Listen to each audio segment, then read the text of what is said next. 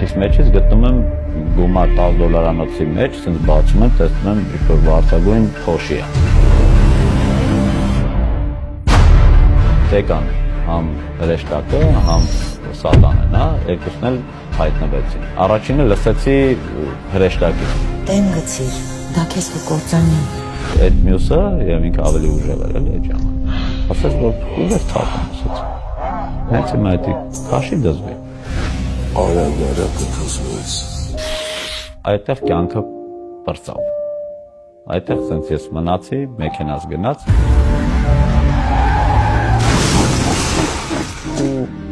Սկսեցի պայքարել։ Կյանքի թամ։ Կյանքիս համար։ Դու զգում էիր, որ մահանում ես։ Այո։ Այդ օրը Դելոն մեռավ, երևի Վահագնը վերածնվեց։ Ինչպես տեղի ունեցավ քո ձերբակալությունը։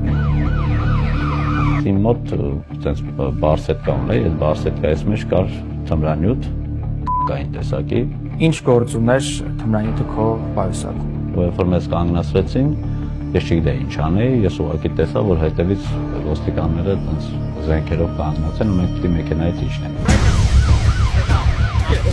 Երբ ընկերներդ սկսեցին նկատել այդ ու երբ սկսեցին ոմանք գուցե երես թեքել քեզնից կամ ոմանք խուսափել քեզնից։ Մոտավորապես երևի տարի ու կես 2 տարի, որ ինքը ամեն օր ա եղել, ու ես ասեմ իր ամենածանր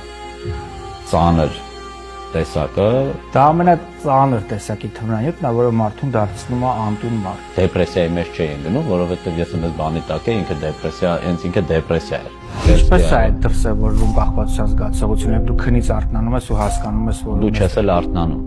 դու չես էլ քնում։ բոլոր դեպքերում սցենարը նույնն է, միշտ սկսվում է ֆիլմի նման եւ միշտ դա զուգորդվում է արդեն ազատ անկման զգացողությամբ։